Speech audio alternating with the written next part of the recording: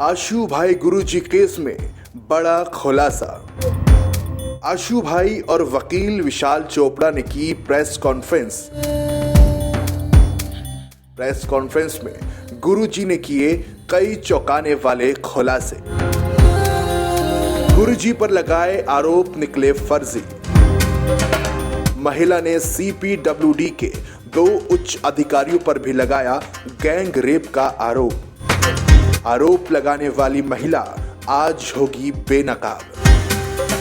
Case को खत्म करने की एवज में गुरुजी से करोड़ों रुपए की गई थी डिमांड।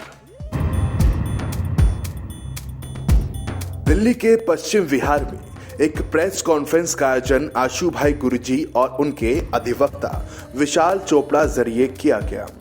आशु भाई गुरुजी के वकील विशाल चोपड़ा ने बताया कि आशु भाई गुरुजी पर गैंग रेप के आरोप लगाने वाली महिला के खिलाफ दिल्ली हाईकोर्ट में रिट दाखिल कर शिकायतकर्ता लड़की और उसके साथियों के खिलाफ एक्सटॉर्शन डिमांड की एफआईआर दर्ज कराने और सीबीआई से जांच कराने की मांग की गई है। सुनिए क्या कुछ कहा आशु भाई गुरुजी ने इस पूरे मामले को लेकर। साजिश के तहत कार्रवाई हुई है।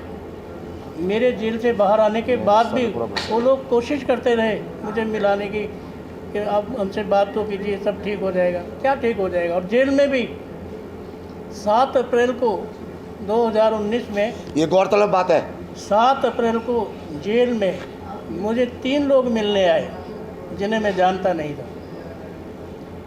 उनमें से एक बंदा ये कहता है कि क्या तू मुझे जानता है? मैंने कहा नहीं, मैं चंडीगढ़ में रहता हूँ, महंत हूँ, 70 सेक्टर में रहता हूँ, 5 मिनट में निकाल सकता हूँ, तो बोल 10 करोड़ रुपए खर्च करेगा, 20 करोड़ रुपए खर्च करेगा, केस ही ख़त्म हो जाएगा। मैंने कहा क्या सबूत है? उसने वहाँ पर मेरी उस महिला से बात कराई जो इसके लिए मेरे पे अपराध लगाया गया है। मैं बड़ा हैरान था कि उन लोगों की पहुँच जेल तक है। मैं बड़ा हैरान था कि ये सोच कर के देखिए प्रशासन भी कुछ नहीं है। आज भी आप चाहें तो उसके बहुत सारे सबूत हैं। हम कोर्ट में जब प्रैक्टिस करते हैं तो हम लोगों को अक्सर ये है कि जैसे हम चार्जशीट को या एफआईआर को देखते हैं तो हमें पता लग जाता है कि मामला झूठा है या सच्चा है। प्राइम एफएसआई जैसे हमने इनकी एफआईआर को देखा, चार्जशीट को देखा, तो उसको देखने पे ही समझ आ रहा था कि मामला झूठा है। लेकिन कानून जो है वो तब तक नहीं इस बात को मानता जब तक उनके सामने कोई सबूत या वो चीज़ को नहीं साबित किया जाता कि मामला झूठा है। इसके पीछे की जो पड़ताल है, इस केस के पीछे की पड़ताल, वो इस तरह से खुल के सामने आएगी और ये अपने आप में एक एक्सेप्शनल केस का रूप ले लेगा। ये केस, ये बात बहुत ही इसी केस के अंदर में हो पाई है। आम तौर पे देखिए जितने बड़े बड़े लोग हैं उन लोगों के ऊपर जब इस तरह के मुकदमे दर्ज किए जाते हैं तो उनके पास मजबूरी में फैसला करने के लिए, अपने आप को झुकाने के अलावा कोई चारा नहीं होता। तो इन लोगों की मनोकामना पूरी हो जाती हैं। ये जो एक्सटॉर्शन का माइंड लेके चलते हैं, जो माइंड सेट होता है, वो पैसा मिल जाता है, बात लोगों के सामने दब जाती है।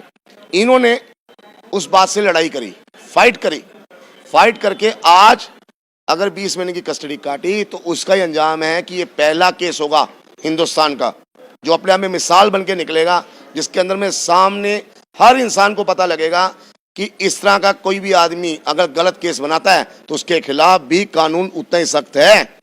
और इसके अंदर में उस लड़की, उसके साथियों को बेनकाब किया जाएगा। उनके खिलाफ हम ऑलरेडी हाई कोर्ट में रिट याचिका लगा चुके हैं जिसमें 16 फरवरी को सुनवाई हो चुकी है। माननीय ऑनरेबल हाई कोर्ट ने हमारी सारी बातों को मानते हुए हमारे रिट को एडमिट किया है और इनको 2 हफ्ते के अंदर में क्राइम ब्रांच इन्वेस्टिगेशन को एजेंसी को अपना जवाब दाखिल करने के लिए बोला है। आशु भाई गुरुजी पर गैंग रेप का मुकदमा दर्ज कराने वाली लड़की ने सीपीडब्ल्यूडी के 2 उच्च अधिकारियों पर भी गैंग रेप का मुकदमा दर्ज करवाया था।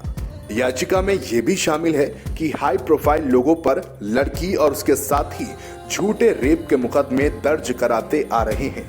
इसके बाद संगठित तरीके से करोड़ों रुपए की डिमांड करते हैं।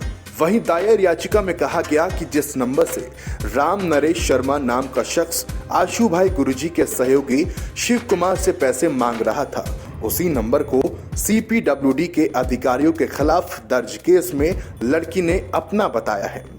लड़की ने मंडावली थाने में जून 2019 में केस दर्ज कराया, लेकिन पुलिस ने आरोपियों को गिरफ्तार अभी तक नहीं किया। कि मुझे तो शुरू से ही न्याय व्यवस्था पर बड़ा विश्वास था और उसी विश्वास के तहत मैं ये कहता था कि मेरा सब कुछ ठीक हो जाएगा। और जब से विशाल जी मेरे साथ जुड़े हैं तब से मेरा जो कॉन्फिडेंस लेवल है वो और ज़्यादा बढ़ गया है। और मुकेश जी और विशाल जी ये मेरे साथ ऐसे हैं जैसे हम परिवार के लोग होते हैं। ये ज़रूर मुझे बचा लेंगे, ऐसे चीज़ से निकाल लेंगे, क्योंकि जो केस मैंने किया ही नहीं, जिसका मैं दोषी ही नहीं हूँ, उसका षड्यंत्र मेरे पे रचा गया है। तो मैं इसलिए इस चीज़ के पीछे ज़्यादा लगा हूँ कि कोई और इसका दोषी ना हो जाए, कोई और इसका शिकार ना हो जाए। ये शिकारी हैं और हम इस शिकार के खेल को ख़त्म कर देंगे, हम सब मिलकर ख़त्म कर देंगे। और न्यायपालिका हमारा साथ देगी, न्यायपालिका हमारा साथ देगी, ये हम ज़रूर कह सकते हैं, क्योंकि हमने न्याय की एक झलक तो ऐसी देखी है कि जिसकी वजह से हम यहाँ हैं। 20 महीने की जो जेल है वो तो है ही है। आज इनकी सोशल लाइफ को तहस नहस किया गया। आज कोई भी इंसान, अब मैं वकील हूं, अगर मेरे पे कल कोई ऐसी लांछन लग जाएगी तो लोग मुझ पे आते भी कतराएंगे। आप मीडिया वाले हो, आपके पास भी कतराएंगे। तो इनका तो काम ही लोगों से पब्लिक डीलिंग का था। आज लोग इनको अलग निगाह से देखते हैं, लेकिन अब यहाँ से वक्त बदलेगा और इनकी कोई इज्जत वापस आएगी, क्योंकि लोगों को ये पता लगेगा जो भ्रम का एक जाल बुना गया कि ये इस तरह से करते हैं, वैसे करते हैं, और इनके बारे में पता लगेगा कि ये शिकार हुए थे एक कॉन्स्पिरेसी के, एक षड्यंत्र के।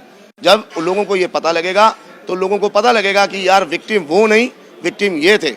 वहीं आशु भाई गुरुजी ने देश की न्यायपालिका पर पूरा भरोसा जताते हुए कहा, हमें भरोसा है कि देश की न्यायालय उनके साथ आने वाले समय में जल्द ही न्याय करेगी और उन पर लगे सभी झूठे आरोपों के पीछे साजिश रचने वालों के खिलाफ कड़ी से कड़ी सजा सुनाकर साजिशकर्ताओं को सलाखों तक पहुंचाएगी।